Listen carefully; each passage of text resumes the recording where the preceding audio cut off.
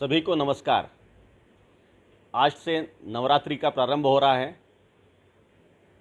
इस नवरात्रि के पावन पर्व पर आज बैठकी के दिन आप सभी को मेरी शुभकामनाएं।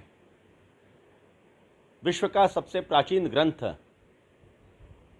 यह ऋग्वेद माना गया है। हमारे सारे वेद अत्यंत प्राचीन हैं।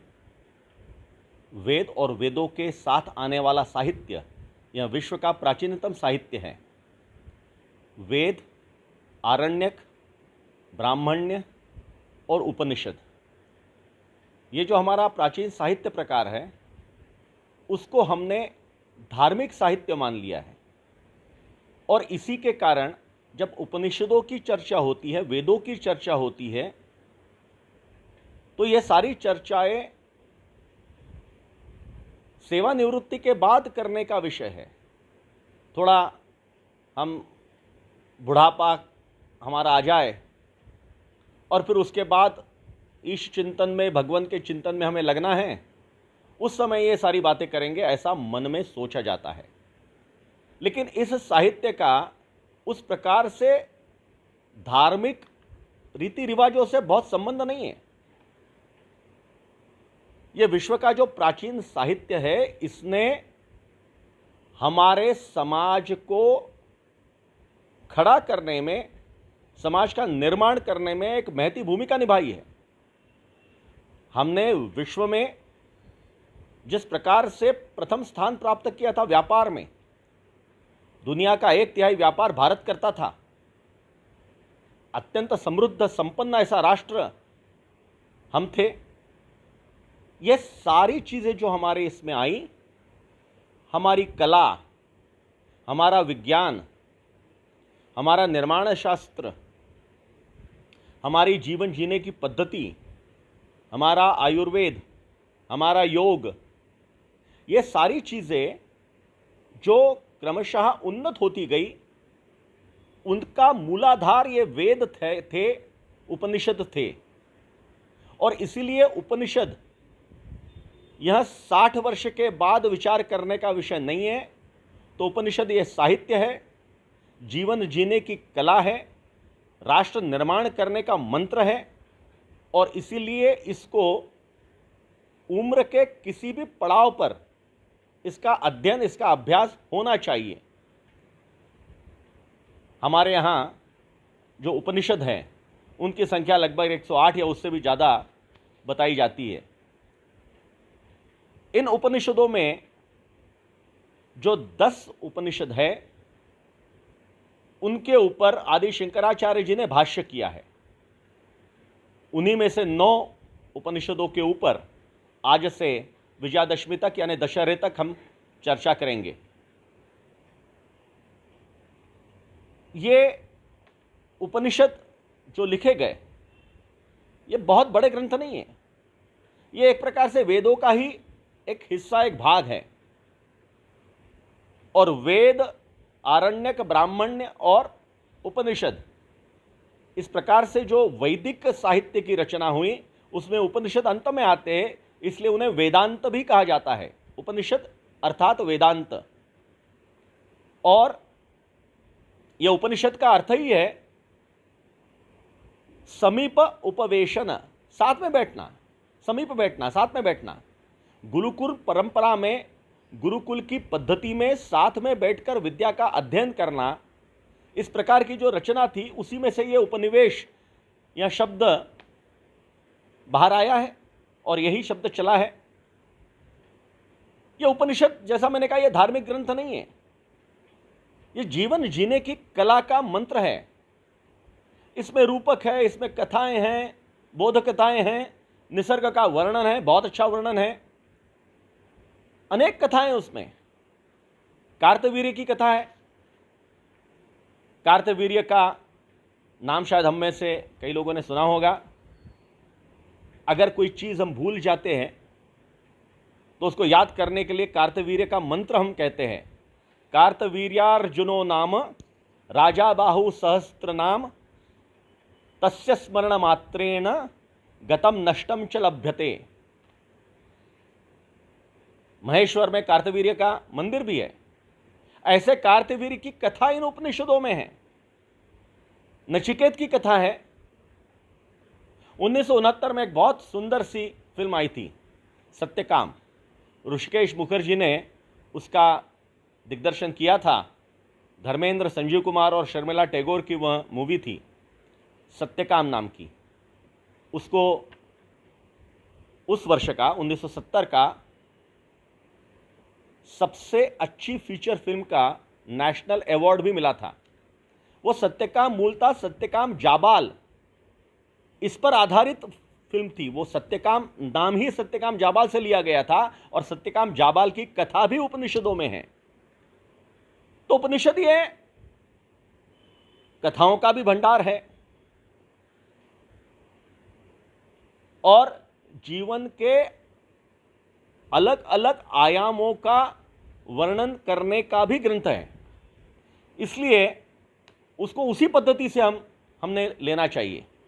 जैसे सत्यकाम जाबाल की कथा छांदोग्य उपनिषद से आई थी, वैसे ही जो आज हमारे देश का जो एक मंत्र है या देश का जो एक स्लोगन है, लोगो है, सत्यमेव जयते, वह मांडुक्योपनिषद से लिया गया है, मंडुक उपनिषद से लिया गया है।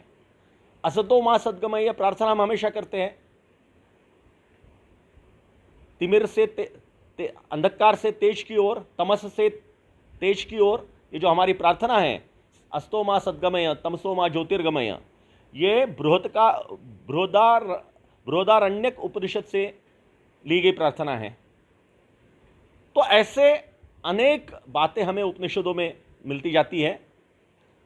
ईशवास्योपनिषद, इसकी रचना या इसकी गणना लोग पहले क्रमांक पे करते हैं। छोटा है उपनिषद, बहुत बड़ा नहीं है, मात्र 18 छंद है इसमें, या 18 श्लोक कहे, 18 मंत्र कहे, 18 छंद कहे, बहुत छोटा है। और यह यजुर्वेद के माध्यन्दिन शाखा के अंतिम भाग में समाविष्ट है, इसलिए वेद का ही एक अंग है। इसलिए भी शायद ईशावास्योपनिषद को सबसे पहले लोग चर्चा में लाते हैं। हर उपनिषद की एक एक प्रार्थना दी हुई है। यह प्रार्थना कुछ मांगने के लिए, खुद के लिए नहीं है, लेकिन कुल मिलाकर के सारी सृष्टि समष्टि के लिए एक प्रकार से की गई प्रार्थना है। इस ईशवास्योपनिषद की जो प्रार्थना है वह है ओम पूर्णमदः पूर्णमिदं पूर्णात् पूर्णमुदच्यते पूर्णस्य पूर्णमादाय पूर्णमेवावशिष्यते। ओम शांति शांति शांति। पूर्ण में अगर पूर्ण डाला तो पूर्ण ही होता है, पूर्ण से अगर पूर्ण को निकाला तो भी पूर्ण ही होता है।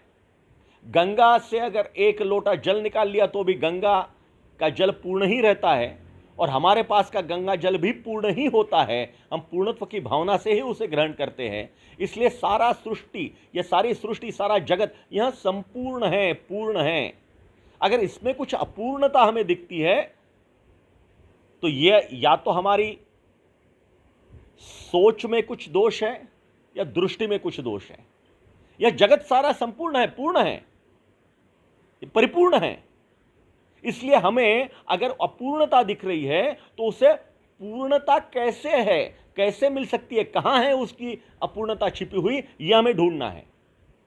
मूलतः वह सब कुछ पूर्ण है।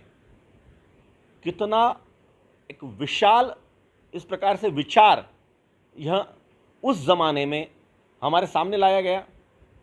उपनिषदों की रचना का जो काल कहा गया है, इसके बारे में कोई निश्चित नहीं कह सकता, लेकिन जिस प्रकार से प्रमाण मिल रहे हैं उसके अनुसार ईसा के पहले लगभग 2-3 हजार, 3 हजार, 3.5 हजार, 4 हजार वर्ष पहले ये सारे उपनिषद लिखे गए हैं।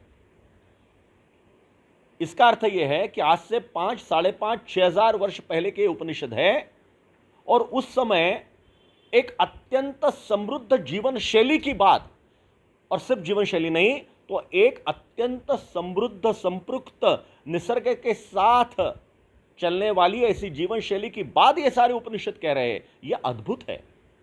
कितनी परिपक्व सोच उस समय हमारे पुरखों के पास थी। इसकी पहली जो पंक्ति है ईशवास्योपनिषद की प्रार्थना के पश्चात, वह है ईशवास्यामिदं सर्वं यत्किंचित जगत्या जगन। इसका अर्थ है इस जगत में जो कुछ हो रहा है वह सब ईश्वर की इच्छा से है, ईश्वर के कारण ही सारा ये जगत चल रहा है। लेकिन ये ईशवास्योपनिषद का जो मूलभूत मंत्र है या जो मूलभूत कहना है वह है कि कर्म के साथ जियो, भरपूर जियो, 100 साल जियो। उल्लेख है कि 100 वर्ष जियो, लेकिन निष्काम कर्म के साथ जियो। कुर्वन्ने वेह कर्माणि जिजी विशेक्षत शतम समाह। शतम समाह, 100 वर्ष जियो, प्रसन्नता से जियो, आनंद से जियो, निर्लिप्त कर्म करते हुए जियो, विहित कर्म करो। अब इसके बाद के जो श्लोक है उसमें विहित कर्म के बारे में बताया गया है, और विहित कर्म करते हुए यह कहा गया है कि विहित कर्म यह कौशल्य के साथ करो। विहित कर्म मतलब जो काम तुमको दिया गया है। इस सृष्टि में हम आए हैं तो कुछ ना कुछ काम हमको दिया गया है, कुछ ना कुछ काम हमारे पास है। काम जो भी है वो काम कुशलता से करना है, कौशल्य से करना है। और ये मंत्र हमारे समाज में, हमारे पुरखों के अंदर इतना ज्यादा बैठ गया था कि जो परफेक्शन हम में था, हम दुनिया में सबसे ज्यादा परफेक्शनिस्ट समाज थे किसी जमाने में। जिस प्रकार से मंदिरों के स्ट्रक्चर हमें मिलते हैं, जिस प्रकार से उन दिनों जो जो रचनाएं हुई वो हमें दिखती है, जो भी प्रमाण मिलते हैं, किसी भी शास्त्र के कोई भी प्रमाण अगर मिलते हैं, सब में एक बात निश्चित रूप से ध्वनित होती है कि हम परफेक्शनिस्ट थे, हम प्रिसीजन के बहुत ज्यादा प्रेमी लोग थे। चाहे अंगकोर वाट का मंदिर है, दक्षिण के अनेक मंदिर हैं जिनकी रचना अद्भुत है, आज भी अद्भुत लगती है। एक छोटा सा उदाहरण, ये जो हड़प्पा और मोहनजोदारो की ईंटें हैं, ये ईंटें 5000 6000 वर्ष पुरानी हैं। इसमें 14 या 15 प्रकार की ईंटें मिली हुई हैं। इन 14 या 15 प्रकार की ईंटों की साइज अलग अलग है, लेकिन सबका जो रेशो है लंबाई, चौड़ाई और गहराई का, वो रेशो समान है। उसके अनेक वर्षों के बाद, ये तो 5-6 हजार वर्ष पुराने हैं, लेकिन उसके अनेक वर्षों के बाद, आज से लगभग 1500 वर्ष पहले, मयमत मूलम कला शास्त्र नाम का कपिल वात्स्यायन ने जो ग्रंथ लिखा है, उसमें उन्होंने जो मेजरमेंट्स दिए हैं, जो रेशो दिए हैं, वो एग्जैक्टली बिल्कुल वैसे ही है जो हड़प्पा और मोहनजोदारो में ईंटों में प्रयोग की गई है। इसका मतलब है हमारे यहां इस प्रकार का परफेक्शन पहले से था कि रेशो बिल्कुल वैसे ही रहेगा। इसलिए वो ईंटें 6000 वर्ष के बाद भी आज भी अच्छी है। और 1857 में जब हम क्रांति युद्ध की तैयारी कर रहे थे, तब अंग्रेज लोग लाहौर से मुल्तान के बीच में रेलवे लाइन डाल रहे थे, और रेलवे लाइन डालने के लिए नीचे गिट्टी उनके पास नहीं थी। तो जो ब्रुंटन ब्रदर्स थे, जो वहां के रेलवे के इंचार्ज थे, ब्रिटिश इंजीनियर, उनको किसी ने बताया कि ब्राह्मणाबाद में बहुत सारे ऐसे ईंटें पड़े हुए हैं। वे ईंटों के वो टुकड़े और ईंटें वहां से लेकर आए, और 91 वर्ष लाहौर मुल्तान सेक्शन पे पटरियों के नीचे इन ईंटों ने पूरे रेल का बोझ सहा है। 5-5.5-6 हजार वर्ष के बाद भी ये वारंटी थी, ये गारंटी थी हमारे यहां की ईंटों की। ये परफेक्शन था। ये परफेक्शन आया कहां से? तो इस प्रकार से उपनिषदों में जिस आधार पर कहा गया है, जिस पर जोर दिया गया है कि कर्म करो, विहित कर्म करो, लेकिन कौशल्य के साथ करो। और जो अगर कौशल्य के साथ कर्म नहीं करता, उसका क्या होता है? तो यह भी दिया है, असूर्या नाम ते लोकान अंधेन तमसा वृत्तः। जो कुशलता से कर्म नहीं करते वे असूर्य लोक में जाते हैं, अर्थात अंधकार में जाते हैं। उनका कोई समाज में कुछ नहीं होता, समाज उनको नहीं गिनता। समाज में उपेक्षित होते हैं। इसलिए कुशलता के साथ काम करना, जो काम हमें दिया गया है वो कुशलता के साथ काम करना, अपने काम में कर्म का तेज होना चाहिए। यह उपनिषद हमें बताता है कर्म का तेज होना चाहिए, और तेज होने पे ही सारा उपनिषद उस पर आधारित है। आज हम जिस समता समरसता की बात करते हैं, हमारा समाज तो पहले से समता और समरसता की बात करता आया है। ये समरस समाज था, इसीलिए इतना वैभवशाली राष्ट्र हमने खड़ा किया था, हमारे पुरखों ने खड़ा किया था। यस्तु सर्वाणि भूतानि आत्मन्येव अनुपश्यति सर्वभूतेषु चात्यानम ततो न विजुगुप्सते। अर्थात जो तत्व मेरे में है वही सर्वत्र है, जो सर्वत्र है वही मेरे कारण है, इसलिए मैं हूं। यह कितना बड़ा विचार है। एक राष्ट्र को निर्माण करने के लिए, एक समरस समाज को निर्माण करने के लिए आज जो हम कहते हैं जो मेरे हृदय में तत्व है वहीं आपके हृदय में भी तत्व उपलब्ध है, वही मौजूद है, और इसीलिए हम सब एक है। ये एक होने की मीमांसा, ये एक होने का तर्क, ये एक होने का सिद्धांत, ये उपनिषदों ने 6000 वर्ष पहले से हमको दिया है। और ये सारा जो उपनिषद के अगले श्लोक है वे 100 वर्ष प्रसन्नता के साथ जीने में जो जो कर्म करना चाहिए उसके बारे में बात करते हैं। तो जीने के कर्म का कर्मवाद है ये सारे उसके सूत्र और सारे उसके श्लोक। इसमें विद्या विद्या के बारे में बहुत बात की गई है। आज जब हम जिसे हम इंफॉर्मेशन और नॉलेज के बीच का फर्क कहते हैं कि सारी इंफॉर्मेशन नॉलेज नहीं होती, सारा नॉलेज इंफॉर्मेशन हो सकता है लेकिन सारी इंफॉर्मेशन नॉलेज नहीं होती, वैसे ही विद्या का अर्थ क्या है, अविद्या क्या होती है।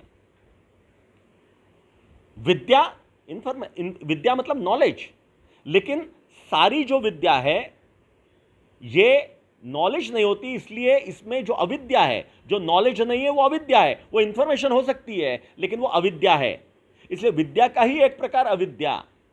तो विद्या और अविद्या में इसमें बहुत ज्यादा चर्चा की गई है कि कौन सी विद्या और कौन सी अविद्या। इसलिए नॉलेज क्या, इंफॉर्मेशन क्या, इसका विवेचन आज से 6000 वर्ष पहले हमारे पुरखों ने इस उपनिषद में किया है। यह उपनिषद कहता है संस्कार के बिना मिला धन यह राक्षस निर्माण करता है, और धन के बिना संस्कार यहां दरिद्री होते हैं, लाचार होते हैं। इसलिए दोनों के बीच में समन्वय होना चाहिए। यह ईशावास्योपनिषद यह नहीं कहता कि आप दरिद्री रहिए लेकिन संस्कारवान रहिए। संस्कारवान अवश्य रहिए, संस्कारवान होना आवश्यक है, लेकिन धन भी आवश्यक है क्योंकि राष्ट्र के निर्माण के लिए धन लगता है। वो ये नहीं कहते कि आप जीवन तो क्षणभंगुर है और मत जिए। वो कह रहा है, ये उपनिषद में हमें कहा जा रहा है कि आप 100 वर्ष जिए, प्रसन्नता के साथ जीवन यापन कीजिए, लेकिन कर्म कौशल्य के साथ करते हुए 100 वर्ष जिए। इसलिए संतुलन बनाकर चलना, यह संतुलन बनाकर जीवन यापन करना, 100 वर्ष जीना और 100 वर्ष प्रसन्नता के साथ जीने का मंत्र देने वाला अगर कोई उपनिषद है तो प्रमुख उपनिषदों में पहले क्रमांक पर ईशावास्योपनिषद है। इस ईशावास्योपनिषद के बारे में हम जरूर थोड़ी और जानकारी लें, थोड़ा पढ़ने का प्रयास करें।